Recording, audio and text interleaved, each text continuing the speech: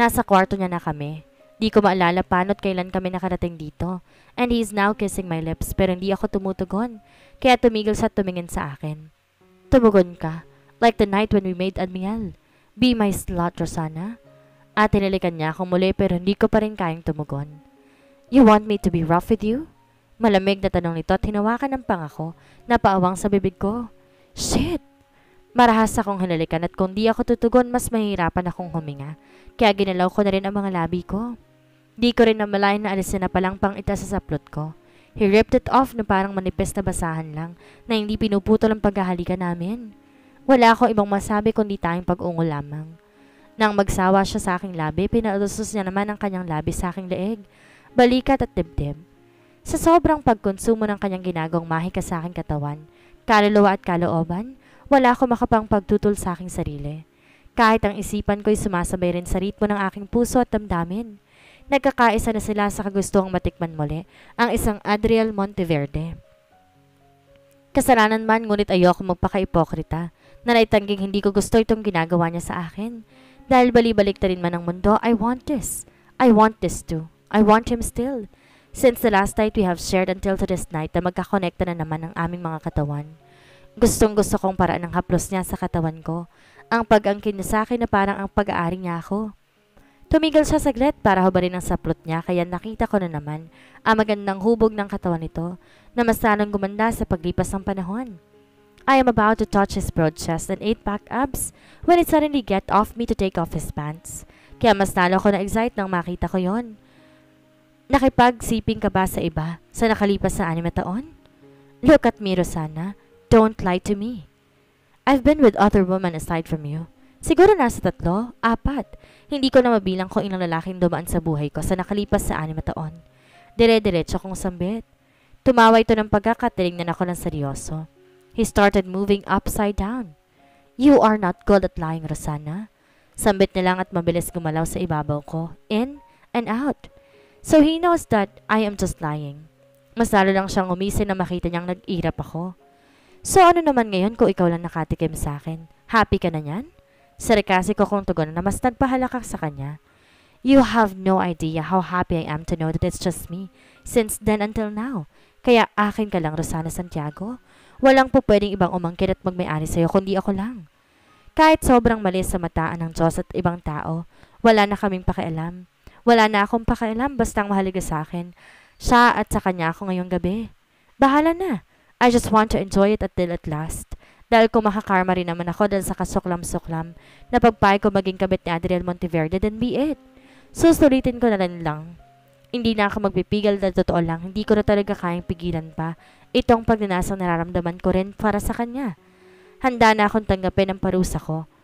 Sa kalayaang maging akin si Adriel kahit pansamantala lang, kahit bilang pangalawa lang, kahit bilang substitute lang ng asawa niya pag wala ito sa tabi niya.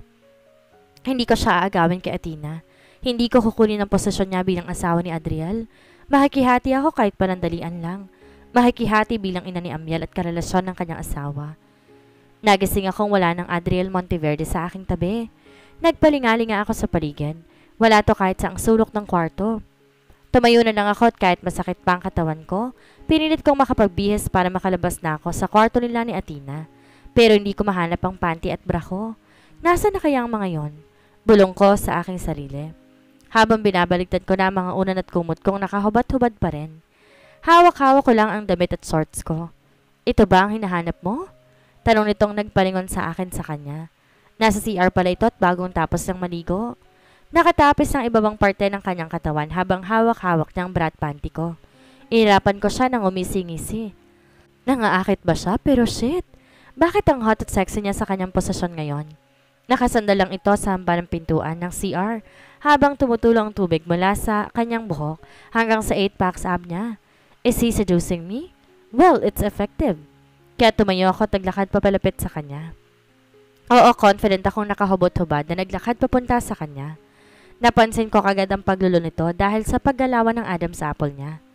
Ngumisi ako and I seductively looked at him. Am I appetizing for you? Malandi kong sambit sa kanya na makalapit ako sa gawin niya. Agad kong hinaplos ng aking daliri ang kanyang mukha, leeg, balikat, dibdib, hanggang sa kanyang abs. Narigas naman to sa kanyang kinatatayuan kaya kinuha ko yung chance para sa pagkakahawak niya ng bra at panty ko. At mabilis pumasok sa banyo. Pero bago ko pa man siya maitulak paalis sa hamba ng pintuan, nakapasok na siya sa loob nito at kaagad sinarado ang pintuan ng banyo.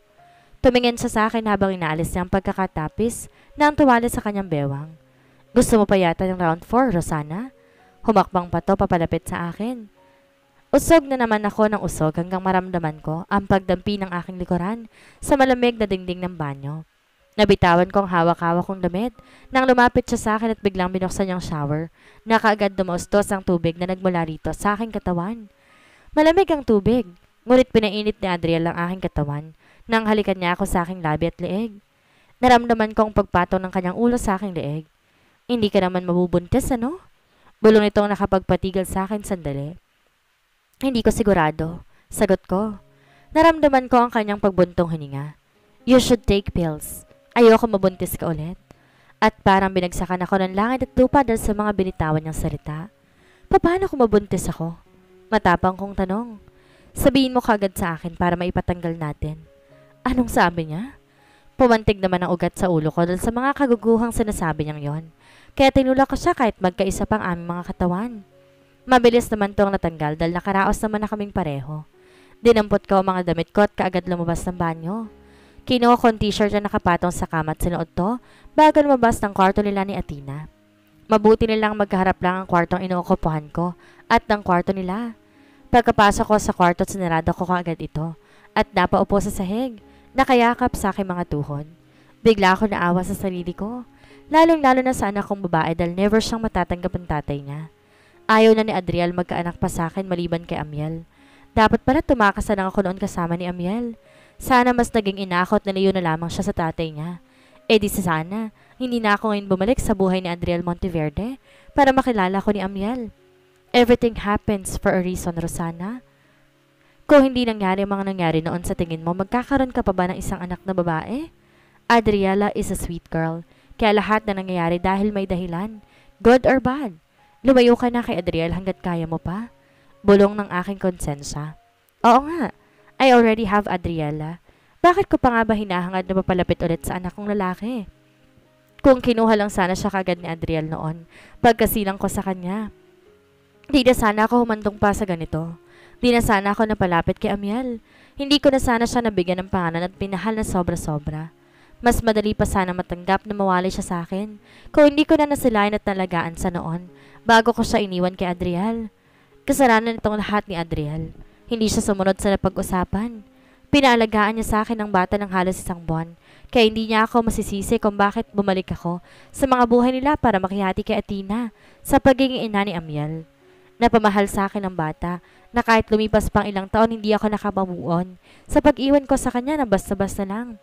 At dahil sa pakiramdam ko, nilang laging bumabagabag sa akin bilang isang ina na iniwan ng anak, kung kaya't pinili kong makapasok muli sa buhay ng mga Monteverde na nagkaroon ng pagkakataon para malaman kung maganda ba ang pakikitungo ni Athena sa kanya at di ako nagkamaling iwan ko siya kapalit ng perang binayad ni Adriel sa akin.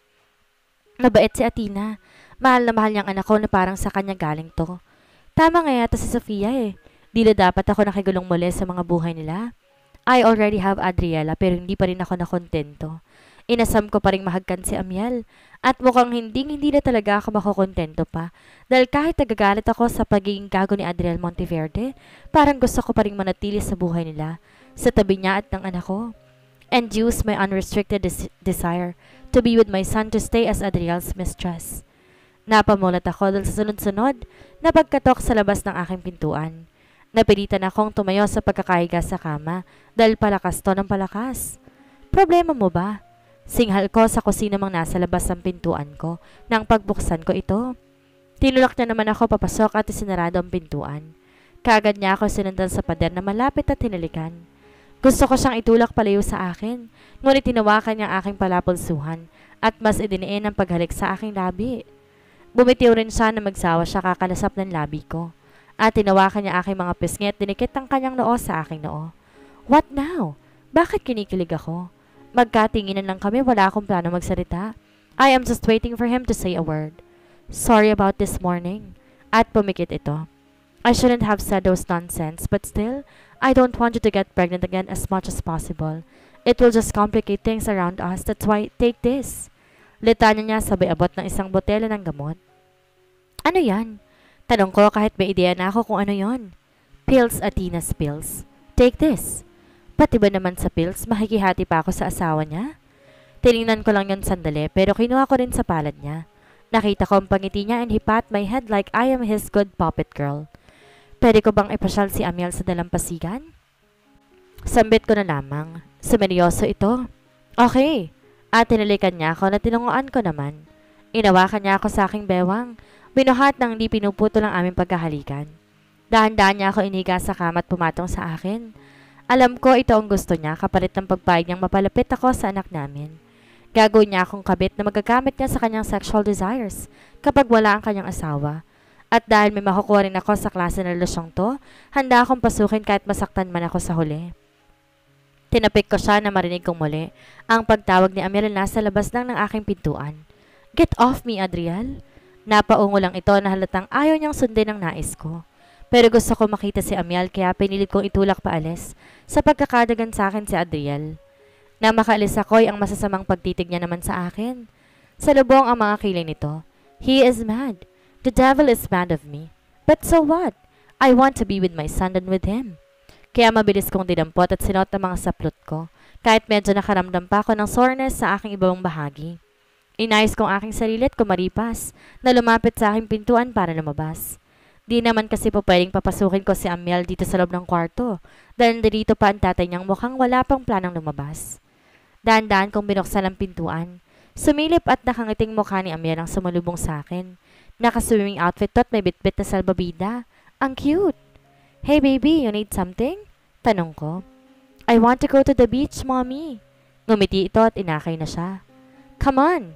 Nakaupo ako sa buhangin habang binabantayan si Amiel na nagtatampisaw sa may tabing dagat nang may maramdaman akong presensyang paparating kaya't napalingon ako. It's Adriel, still wearing his infamous poker handsome face. Sinundan ko lang siya ng tingin hanggang makaupo siya sa tabi ko. Nanatili lang kaming tahimik habang pinagmamasan si Amiel. Darating na si Athena rito bukas at ang ibang kasamahan namin. So, yun lang ang sasabihin niya? Tinignan ko siyang nakakunot noo. Napansin niya yata kaya tumingin din siya sa gawi ko. What's up with your face? Sabi ko. Athena is my wife and Amiel's legal mother. That's why she should be here. Ano pinaproblema mo? Sambit niya na parang di yan malaking bagay na dapat pag-usapan. Wala. Nasabi ko na lang.